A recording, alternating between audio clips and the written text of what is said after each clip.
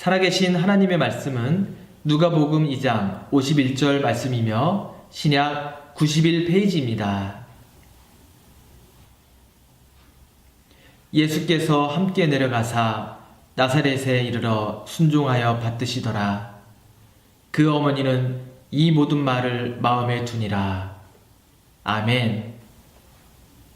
이어지는 순서는 생명의 말씀 시간입니다. 우리 목사님께서 예수님은 어떻게 효도하였을까요? 라는 제목으로 선포하시는 말씀에 아멘하여 큰 은혜 받으시기 바랍니다. 오늘은 어버이 주일을 기하여서 성경에서 말씀하는 효의 개념과 또 예수님은 어떻게 효도하였는지를 살펴보면서 함께 은혜 받는 귀한 시간 될 수 있기를 바랍니다. 먼저 사복음서는 마태, 마가, 누가, 요한복음 이렇게 사복음서라고 하는데 예수님의 공생애의 그 활동사를 잘 기록해 놓았습니다.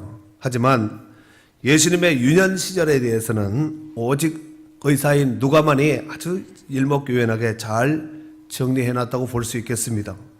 그런 맥락에서 볼 때 예수님의 유년 시절을 알려면 누가복음을 잘 살펴봐야 되겠지요. 오늘 먼저 2장 51절은 오늘 본문의 말씀입니다만은 2장 40절에 있는 말씀을 다 같이 한번 읽도록 하겠습니다. 예수님의 유년 시절이에요. 어린 시절 시작. 아기가 자라며 강하여지고 지혜가 충만하며 하나님의 은혜가 그의 위에 있더라. 아멘. 그리고 52절을 한 번 더 읽겠습니다. 읽습니다. 시작. 예수는 지혜와 키가 자라가며 하나님과 사람에게 더욱 사랑스러워 가시더라. 아멘. 이러보건대 지금 40절과 52절을 같이 우리가 읽었습니다. 특별히 예수님의 유년 시절은 영적으로 육적으로 균형 있게 잘 건강하게 자랐음을 볼 수가 있습니다. 여러분도 영적으로 육적으로 전인적으로 잘 균형 있게 자라는 귀한 축복된 성도들이 될 수 있기를 바랍니다. 다 큰 어른들이야 잘할 리가 있겠습니까만은 다 큰 어른들은 균형 있게 늙어가시고 또 자라는 우리 학생들은 어린이들은 또 이렇게 균형 있게 잘 자라서 정말 예수님과 같이 영적으로 육적으로 건강에 잘 자라나야 될 줄로 믿습니다. 자, 오늘 본문은 51절인데 이 본문의 배경을 우리가 잠깐 좀 볼 필요가 있다고 생각합니다. 예수님은 나이 12살 때에 그 부모님과 함께 육신의 부모님과 함께 유월절 절기를 지키기 위해서 예루살렘 성전으로 올라갔을 때의 일입니다. 여러분도 잘 아시다시피 유대인들은 매년 1년에 3번 절기가 되면 반드시 예루살렘 성전으로 올라간 일을 이제 하지요. 그 세 절기라면은 유월절과 칠칠절과 초목절입니다. 일명 유칠초라고 말을 하는데 그래서 올라가서 하나님의 성전에 올라가서 매년제를 거기서 절기를 지키곤 하였습니다. 특별히 유대인들의 어린이 교육은 아주 매우 엄격하게 지켜졌습니다.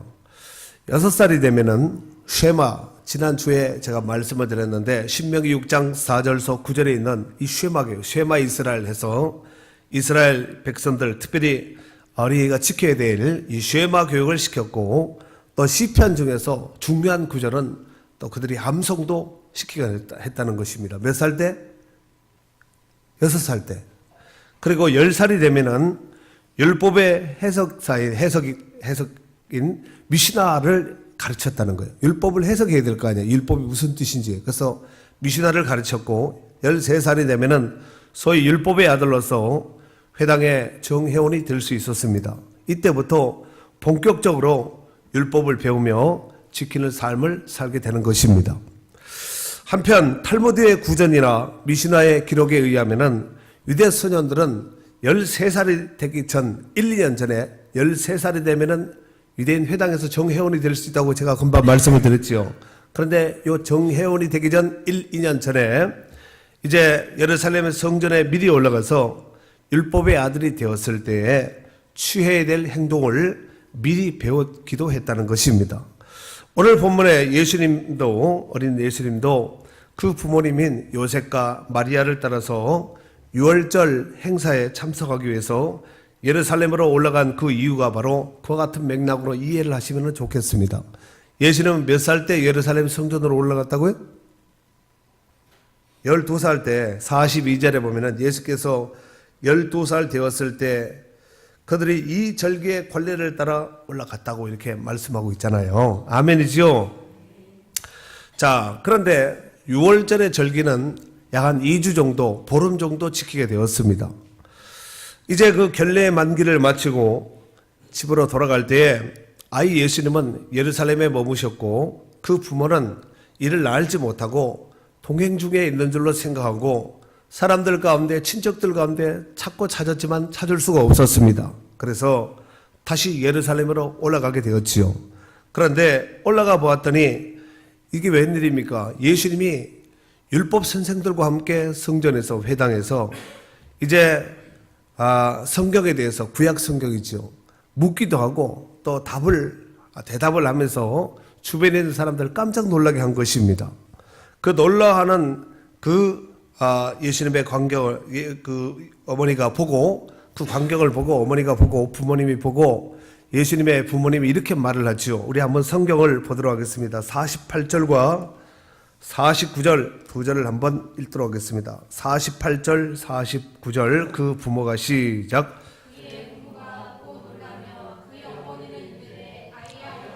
우리에게 이렇게 하였느냐? 보라, 내 아버지와 내가 근심하여 너를 찾았노라. 예수께서 이르시되 어찌하여 나를 찾으셨나이까? 내가 내 아버지 집에 있어야 될 줄을 알지 못하셨나이까 하시니. 아멘. 아멘. 좋습니다. 율법 선생이면 랍비가 되겠지요. 이 랍비들, 이 원로들 틈에 앉아서 이제 원로들이 질문하는 것을 대답하기도 하고 묻기도 하면서 이런 놀라운 광경을 그 부모가 바라보면서 이제 이런 말을 했다는 것입니다. 아이야, 어찌하여 이렇게 하였느냐? 보라, 내 아버지와 내가 근심하여 너를 찾았노라 하면서 지금 며칠 만에 찾았냐면은 46절에 보니까 사흘 후에 그 3일 만에 이 아기 어린 예수님을 찾은 것이지요. 그랬더니 예수님께서 뭐라고 말씀하셨냐면 어찌하여 나를 찾으셨나이까? 내가 내 아버지 집에 있어야 될 줄을 알지 못하셨나이까? 그랬습니다. 물론 육신의 아버지와 어머니는 요셉과 마리아가 맞죠. 그러나 여기서 내 아버지 집이라는 것은 하늘 아버지 집을 성부 하나님을 말하는 것이 아니겠습니까? 그런데 이 말을 했지만 그 부모가 50절에 보면은 예수님께서 하신 말씀을 깨닫지 못하였다라고 말씀하고 있지요. 그리고 51절에 보니까 예수께서 함께 내려가사 나사렛에 이르러 순종하여 받으시더라. 이때서부터 예수님의 별명은 나사렛 사람입니다. 우리식으로 말하면 촌뜨기, 촌놈 이런 이제 별명을 가졌다는 것입니다.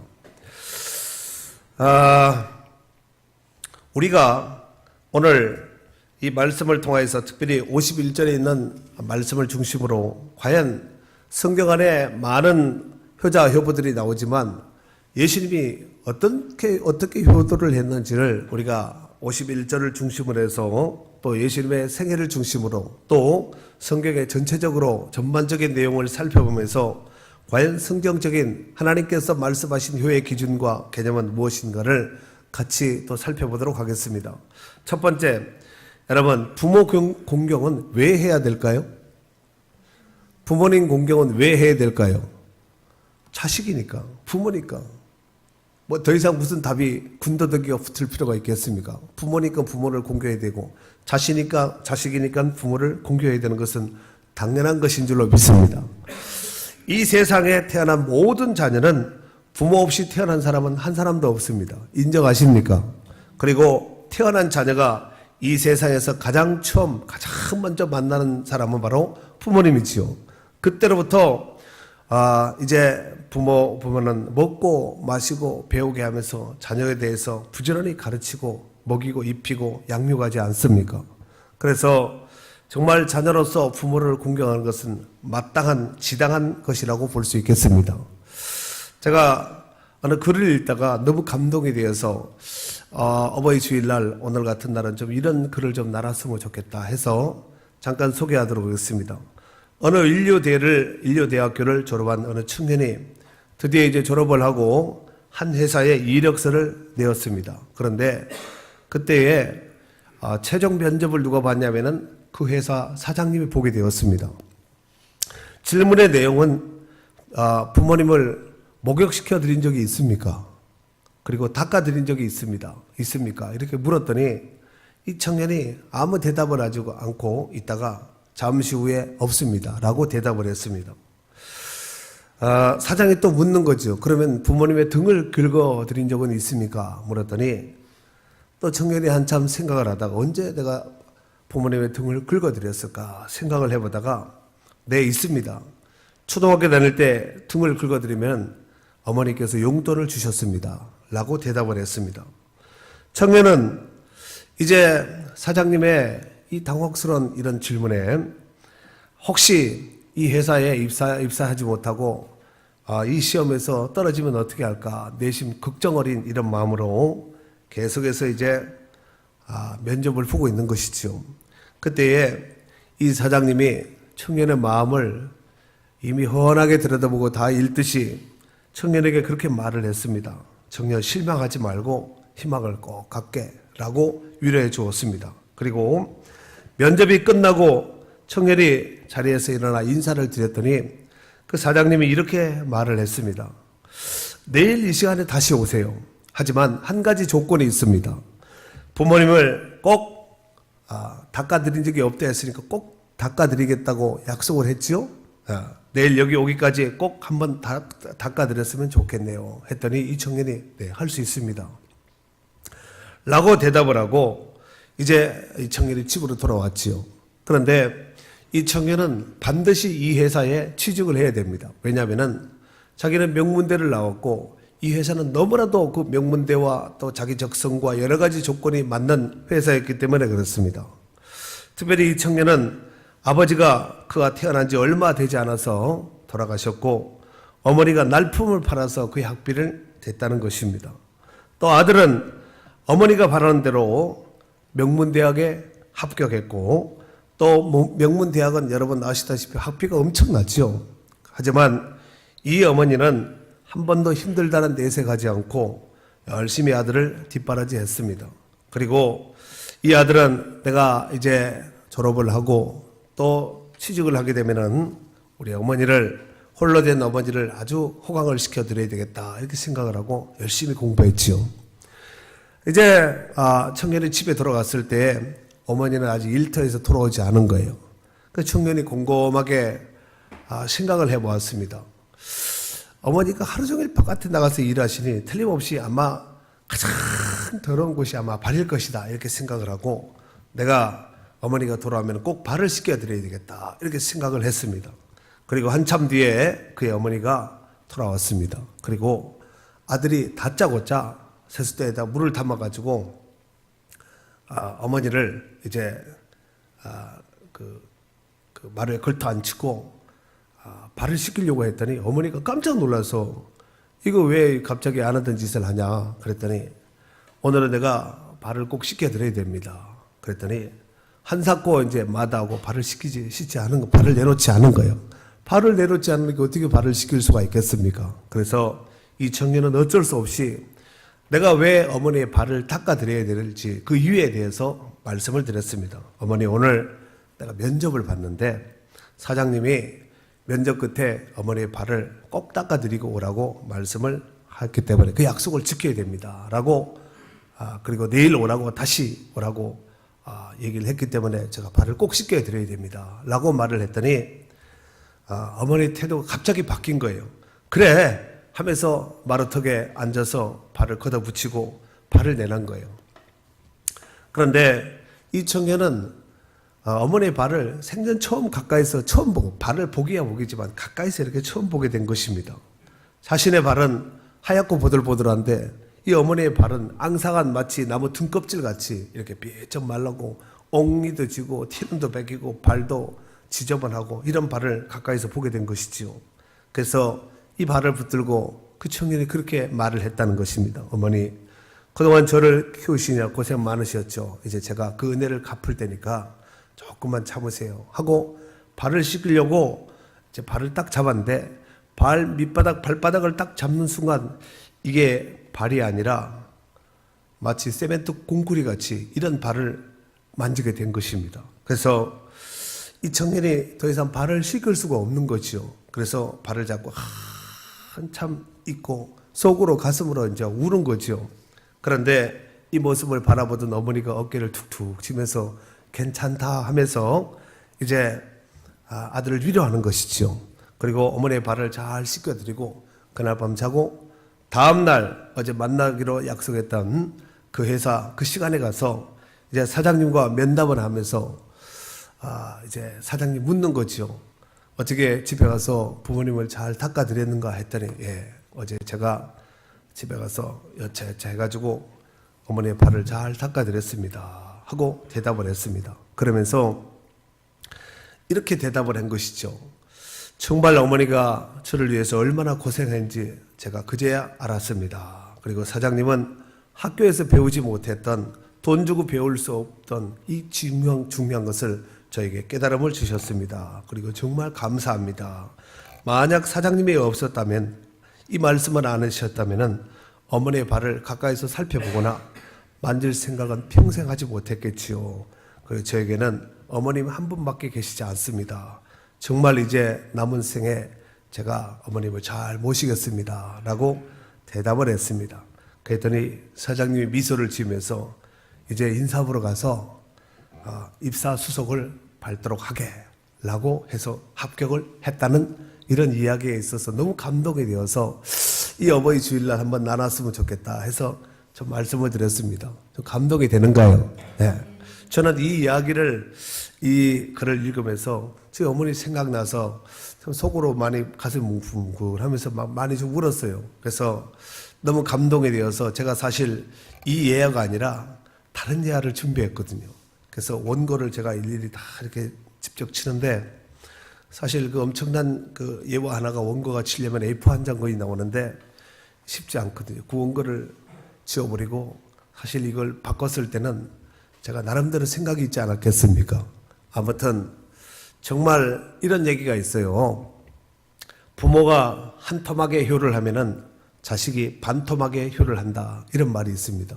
우리가 부모님 앞에서는 사실 우리가 어떤 효를 했다 할지라도 다 부족하지요. 아까 우리 그 지진 났을 때 그 어머니 수산난가요? 그 어머니가 자기 자녀에게 손가락을 유리로 잘라서 하나씩 울 때마다 여러분 14일 동안 갱에서 그 무너진 흙더미에서 콘크리트 잔해 아래에서 살아있다는 것은 어머니가 만약에 그걸 하지 않았다면 그냥 죽는 거죠. 어떻게 14일 동안 물을 한 모금 마시지 않고 살 수가 있겠습니까? 만약에 여러분이 그런 상황이라면 아마 여러분도 그 이상도 아마 했을 줄로 생각이 됩니다. 그래서 마치 부모님은 정말 이 땅에 보이지 않는 하나님을 나타내서 보이는 것이 마치 부모님의 모습이 되지 않겠나. 그래서 부모님 앞에는 무조건 효도하셔야 됩니다. 크게 아멘 하셔야지요. 더 크게 아멘. 두 번째로 부모 공경은 하나님께서 인정하는 옳은 일이기 때문에 효도해야 됩니다. 에베소 6장 1절에 보니까 자녀들아 주 안에서 너희 부모에게 순종하라. 이것이 옳으니라 그랬습니다. 자녀들아 너희 부모를 어떻게 하라고요? 주 안에서 순종하라. 이것이 옳다는 거예요. 아멘이죠. 이 세상에는 옳은 일도 있고 그런 일도 많습니다. 그리고 그 중에 부모님께 순종한 일은 오늘 성경에서 옳다고 했으니까 이것을 옳다고 인정하고 하나님의 말씀에 순종하는 저와 여러분이 되어야 될 줄로 믿습니다. 사랑하는 성도 여러분, 우리가 부모님께 효를 해야 하는 그 기원이 바로 성경에서 말씀하고 있기 때문에 우리가 효를 해야 될 줄로 믿습니다. 잘 아시다시피 효는 100가지 행실의 으뜸이라고 가르친 공자는 BC 551년의 인물입니다. 그러니까 기원전 551년의 인물이 공자예요. 하지만 십계명에 내 부모를 공경하라 라는 계명을 받은 모세는 BC 1526년의 인물입니다. 그러니까 부모 공경에 대한 효의 가르침은 공자의 가르침보다 1000년도 앞선 시점에서 성경에서 이미 계명으로 하나님께서 모세를 통하여서 십계명을 통하여서 그렇게 말씀하셨다는 것입니다. 그리고 십계명 중에서 부모 공경은 사람이 지켜야 될 최고의 계명이 첫 번째 계명이요 최고의 계명이 바로 부모를 공경하는 것입니다. 10계명 중에서 1계명에서 4계명은 하나님을 어떻게 섬겨야 될 것인가, 또 5계명에서부터 마지막 남아있는 10계명 6계명은 이제 사람과의 관계 속에서 어떻게 해야 될 것인가 중에서 바로 첫 번째가 바로 내 부모를 공경하라. 그리하면 내 하나님 여호와가 내게 준 땅에서 내 생명이 길이라 라고 말씀하셨습니다. 여기서 공경하라 라는 말은 히브리 말로 카베트라는 단어를 쓰는데, 이것은 순종이라는 의미보다 더 깊은 개념의 뜻이 담겨져 있습니다. 즉 무겁게 여기라, 가장 높은 가치를 두라, 이런 뜻을 가지고 있습니다. 그러니까 그 어떤 것보다가도 가치 있는 것이 바로 부모를 공경하는 것이 바로 으뜸으로 삼아야 될 줄로 믿습니다. 또한 공경은 우리의 오장육부에서 나온 이 마음으로, 그렇죠, 온 마음을 다해서 오장육부를 다해서 모든 장기를 다해서 부모를 공경하라, 이런 뜻도 담겨져 있습니다. 여러분, 우리가 하나님을 섬기듯이 또한 부모를 잘 공경해서, 그래서 적극적인 마음으로 하나님을 섬길 때 마음을 다하고 성품을 다하고 뜻을 다하고 힘을 다해서 하나님을 섬기라고 계명에 그렇게 말씀하고 있지 않습니까? 그렇듯이 부모 공경도 정말 마음을 다하고 성품을 다하고 힘을 다하고 뜻을 다해서 부모님을 잘 섬기고 공경해야 될 줄로 믿습니다. 그렇다고 해서 부모를 또 하나님같이 하나님 레벨에 놓고 둘이 저울질하면 안 되고, 물론 우선순위는 하나님께 둬야 되겠지요. 아무튼 부모를 공경함에 있어서 정말 우리가 하나님을 섬기듯이 그렇게 귀하게 여기라는 말씀입니다. 이렇게 복된 은혜가 또 순종함으로 이루어질 수 있는 축복된 성도들이 될 수 있기를 바랍니다. 세 번째로는 부모 공경은 약속 있는 첫 계명으로서 번영과 장수를 약속하셨습니다. 에베소서 6장 2절과 3절에 보면은 내 아버지와 어머니를 공경하라. 이것은 약속 있는 첫 계명이니 이로써 내가 잘되고 장수하리라. 지난 주일 오후 예배 때 제 5계명에 대해서 말씀을 나눴습니다. 소요리 문답, 웨스트민스터 소요리 문답 5계명을 나눴지요. 그리고 제가 번영과 장수, 부모를 잘 섬겼을 때는 번영과 장수의 축복을 하나님께서 약속하셨습니다 하고 말씀을 드렸는데, 기억나시는 분들만 아멘. 그래요. 번영과 장수 다 좋아하잖아요. 근데 이것이 부모 공경에 대한 하나님께서 약속의 계명으로 바로 번영과 장수의 복을 약속하셨다는 것입니다. 사실 우리가 자식으로서 부모님께 효도하면 당연한 거 아니에요? 당연한 거 아니겠습니까? 그렇지요. 그런데 이것을 잘하면 땅에서 잘되고 장수하는 복까지 약속을 받았으니 이것이야말로 복의 복을 덧입는 것이고 은혜 위에 은혜를 덧입는 축복인 줄로 믿습니다. 여기서 장수라는 개념은 그냥 오래 산다 이런 개념도 있지만 모든 일에 풍요로움과 부유함을 누린다 이런 뜻도 가지고 있습니다. 즉 이와 같이 하나님 말씀에 순종하여 부모를 잘 공경하기만 하면은 하나님이 우리에게 주신 모든 소유물을 더욱더 풍성하게 또 부유하게 부유한 복으로 덧입혀 준다는 말씀입니다. 우리 한번 옆 사람한테 한번 그렇게 한번 다짐하면서 한번 그렇게 고백하도록 하겠습니다. 부모님 잘 공경합시다. 또 하나 더 하셔야 돼요. 있을 때 잘합시다. 살아계실 때 잘합시다. 아멘. 마지막 네 번째로 부모 공경은 오늘 본문에 보면은 예수님께서 롤 모델이 되어 주셨기 때문에 우리가 부모를 잘 공경해야 될 줄로 믿습니다. 오늘 본문의 말씀은 몇 절이라 그랬죠? 51절. 다 같이 한 번 더 읽도록 하겠습니다. 시작. 예수께서 함께 내려가사 나사렛에 이르러 순종하여 받드시더니 그 어머니는 이 모든 말을 마음에 드니라. 아멘. 그렇습니다. 우리 신앙생활에 있어서 우리의 삶에 있어서 예수님은 우리의 모든 부분에 있어서 롤 모델이 되는 줄 믿습니다. 그러므로 예수님은 하늘 아버지께서 주신 이 사명 감당도 분명하게 알고 잘 감당하셨지만 오늘 본문에 보면은 육신의 부모님께도 순종하여서 잘 받들었던 이런 모습을 보여주고 있습니다. 여기서 순종하여 받드시더라 라는 뜻은 예수님의 순종이 일회성으로 한 번 이렇게 순종하여 받은 것이 아니라 나사렛에 머무는 동안에 계속적으로 순종하는 자세를 지녔음을 소개하고 있습니다. 여러분, 잘 아시다시피 계명을 요약하면은 하나님을 사랑하라, 이웃을 사랑하라, 어떻게 내 이웃을 내 몸과 같이 사랑하라, 이게 계명이거든요.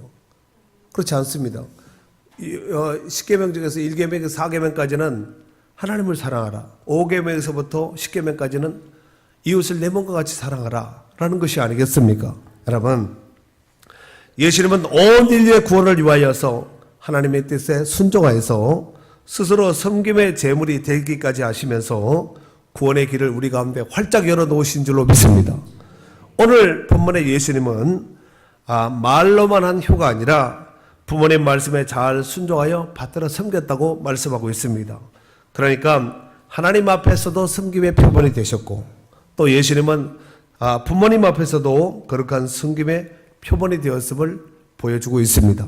사랑하는 성도 여러분, 대개는 그렇지 않은 성도들이 세상 사람들로부터 욕먹는 경우는 말은 잘하는데, 말로는 잘하는데 이 삶의 현장 속에서 이 말씀에 대한 실천력이 부족해서 욕먹는 경우가 참 많습니다.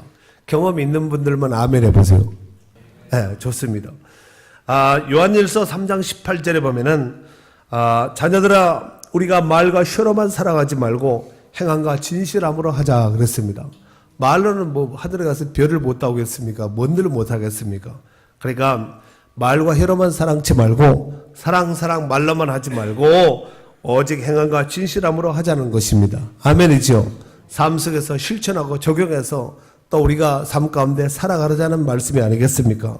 이제 우리의 가족과 또 삶의 현장이 있는 그 현장 속에서 우리가 깊숙하게 들어가서 예수님처럼 오늘 잘 나사렛에서 머물면서 순종하여 잘 받으셨던 예수님의 발자취를 따라서 우리도 또한 정말 부모님을 또 가족을 또 이웃을 잘 받들어 섬김으로 인해서 축복된 효자와 효부 성도들이 다 될 수 있기를 주의 이름으로 축원합니다. 아멘.